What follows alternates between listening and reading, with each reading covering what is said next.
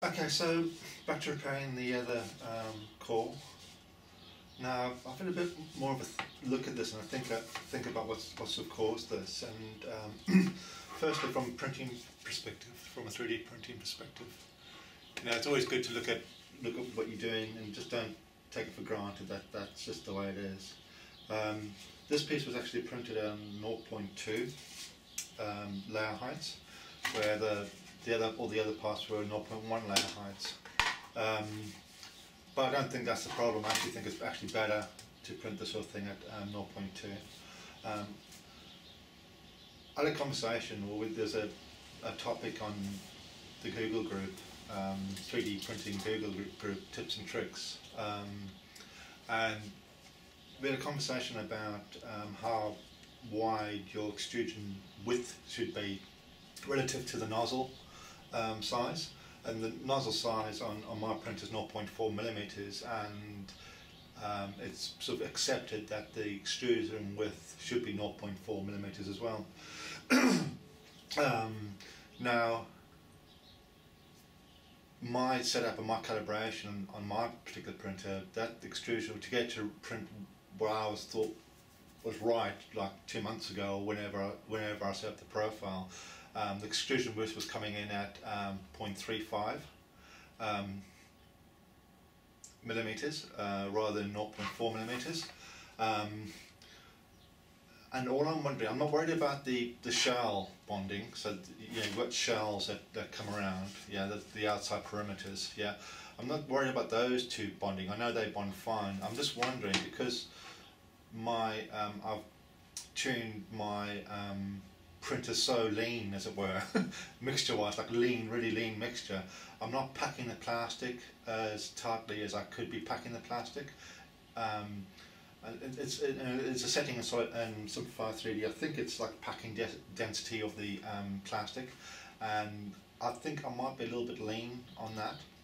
I expect if I actually increase that, so the extrusion width was 0.4, then that might sort out, it may not, I'm not really sure, sort out why it's quite fragile across the plane, across the grain, with the grain, as it were. But in saying that, you can see over here where this is actually cracked. Let's see if I can get it a bit more. Which one we look at this one here? Okay, it doesn't actually follow the grain on the same level all the way down. It's actually, it sort of steps a little bit as well. So it's it's gone in. If it was like a layer bonding problem, I've thought that would be all the way down on the same level, but it's actually on slightly different levels. And it's on one level there, and drops down, and then it's another level at the top there, and then I don't know whether it picks up on this, hard to say. And then on this side, it steps up a little bit. And it's saying here, you can see where it's on one level there, and then it goes down onto another level at the top.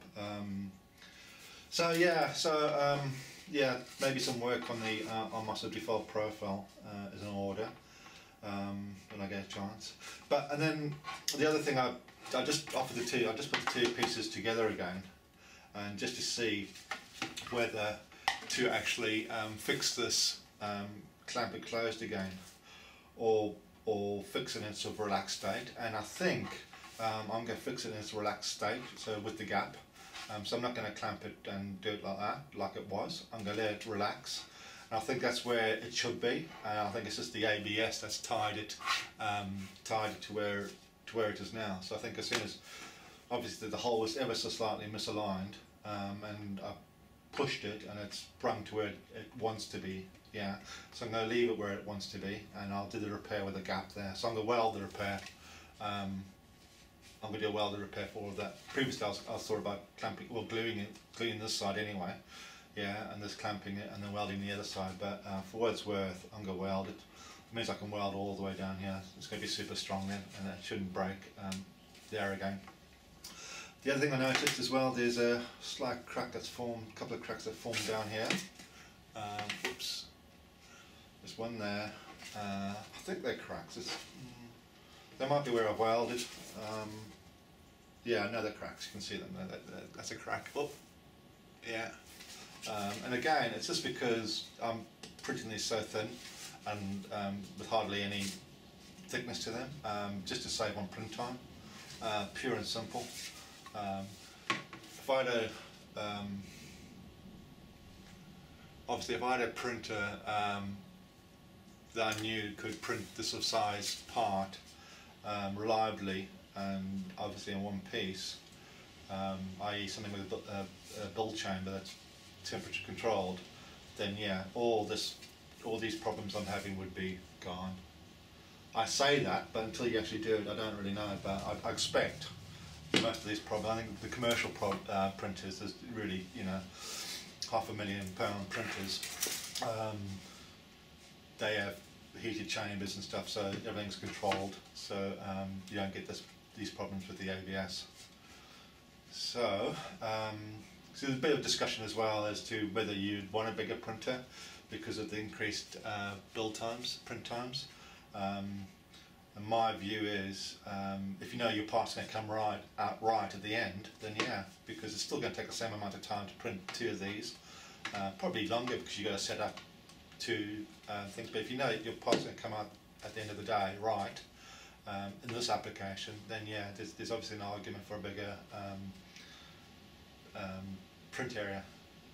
But in the same instance, if that's the only height you can print with ABS without going too far wrong, then why do you need such a big print, build area? It's just doing nothing, it's just taking up space. So it's one of those things. People go by, look at the printers and go, oh, need a biggest build area, biggest build. How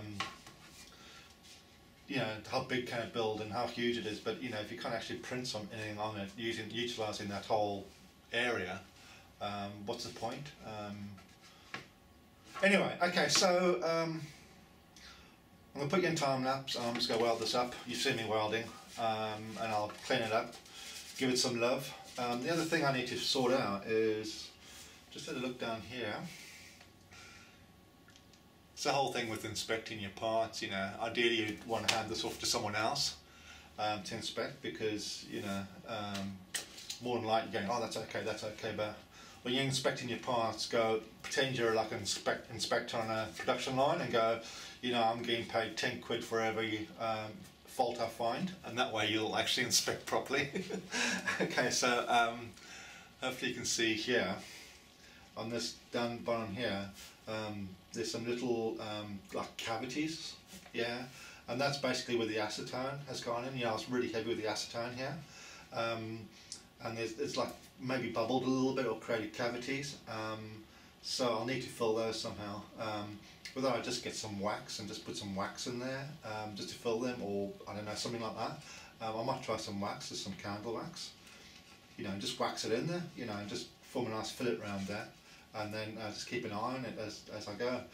So yeah, everything else looks good on this one, apart from that area, because after the last experience and the last pull we did, I thought, oh, best give that a little bit more attention and have a look at what before I cast on this one. But apart from that, everything else looks good. So let's do the repairs and then we can get some casting doing.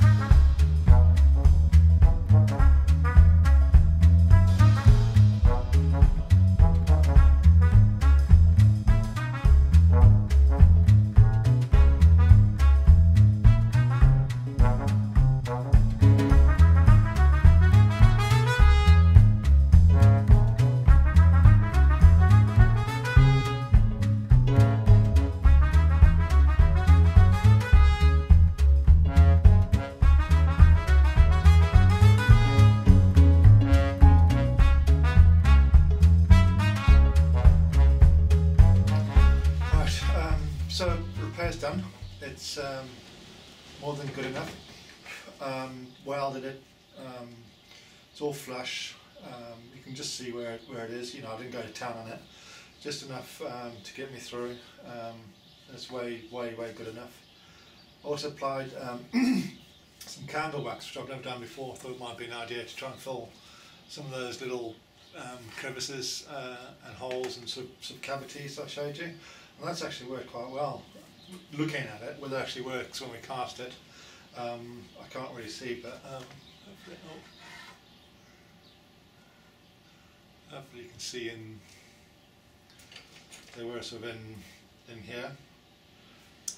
And also was actually, when I applied the ease release, I actually applied it like this, so it ran down the sides and then it would sort of form a fillets around in the tight corners and stuff. So I'm hoping that, again, is something new I've tried. So that'll probably make a bit of a difference. So, time to cast basically. Yeah, everything fits together properly now. Yeah, let's get on. So I've measured out the resin, we'll call it resin, which is the part A. And now we need to just measure out the hardener. That's our mixing stick. So we're looking for 7.51 grams of the hardener. Give it a nice good, I'm going to move that up away so I don't drip all over it. A nice good stir, we're in no rush at this point. Oh God, I'm still...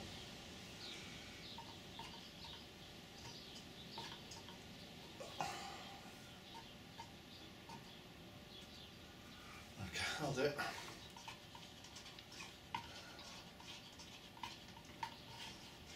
Again, the corners, on the sides.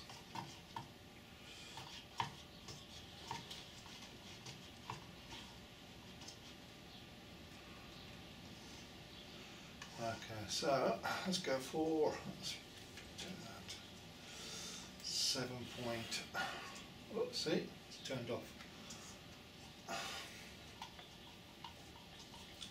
So we're going for 7.51.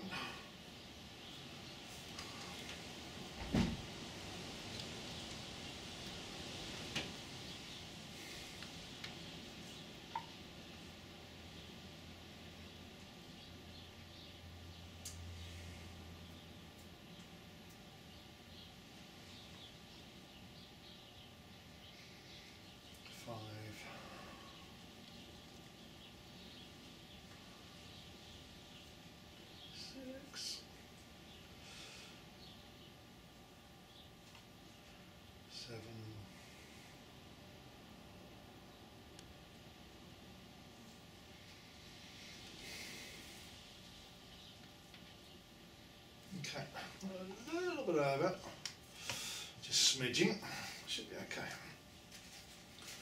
Turn that up, pop the lid on,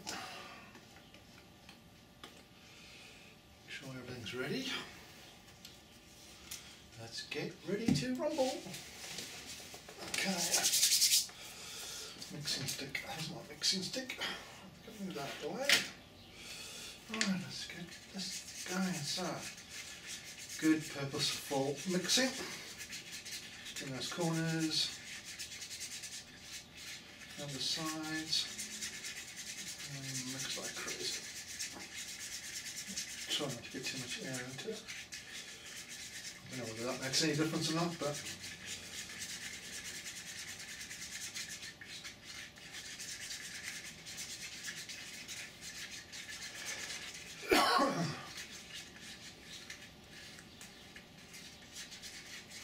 okay, looks pretty good to me. Just have that plastic down, keep pouring.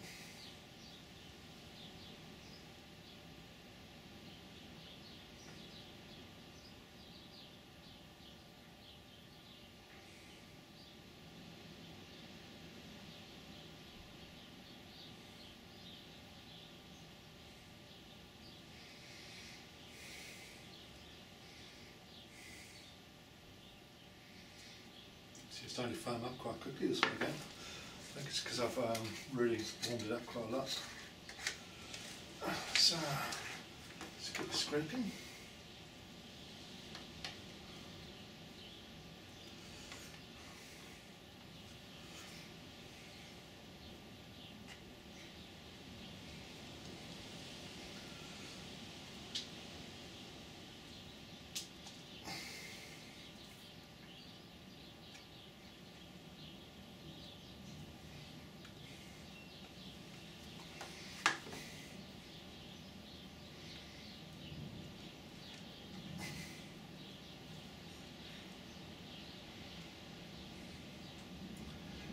Okay, remember, mess with it as little as possible. Oh, that's a little bit there.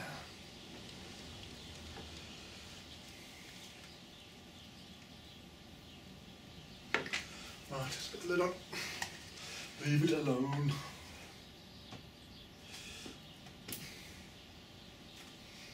Squeeze that down. Yep. Squeeze this in.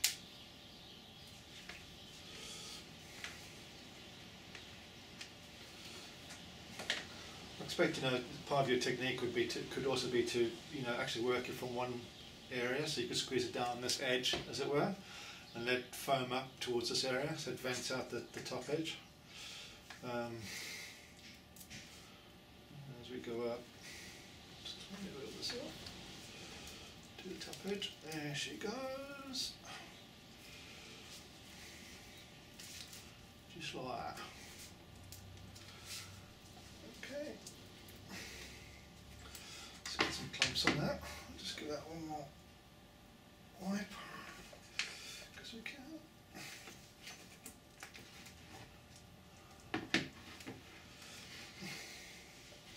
Let's get this clumps on that.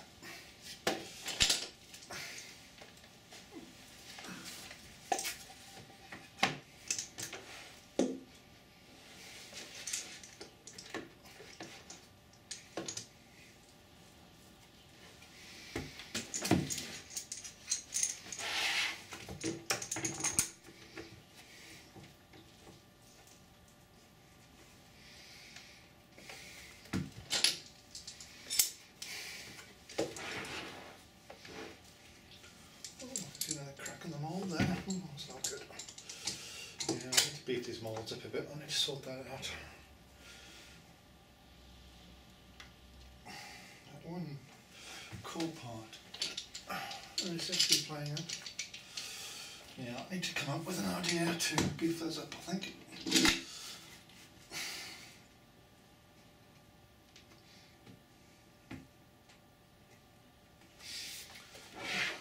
See where it's cracked there, isn't it? No, it's really testy, that one core part. It's the one I printed at 0.2.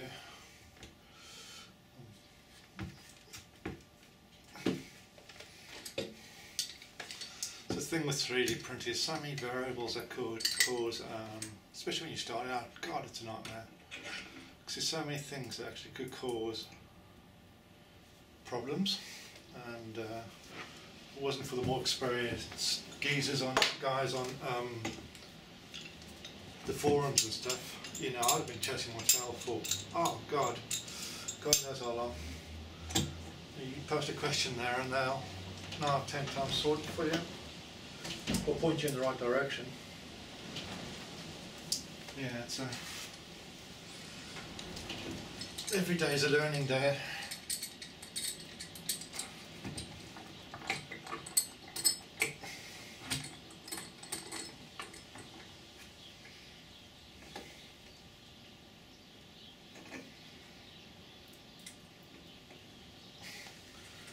Okay, so I'd say we fairly well clamped that.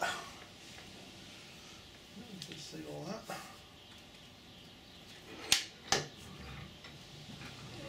Should work. Alright, check back in 2 hours now.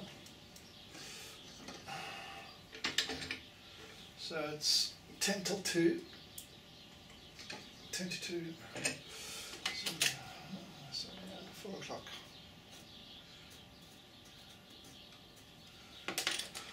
see you in a bit when we crack it open.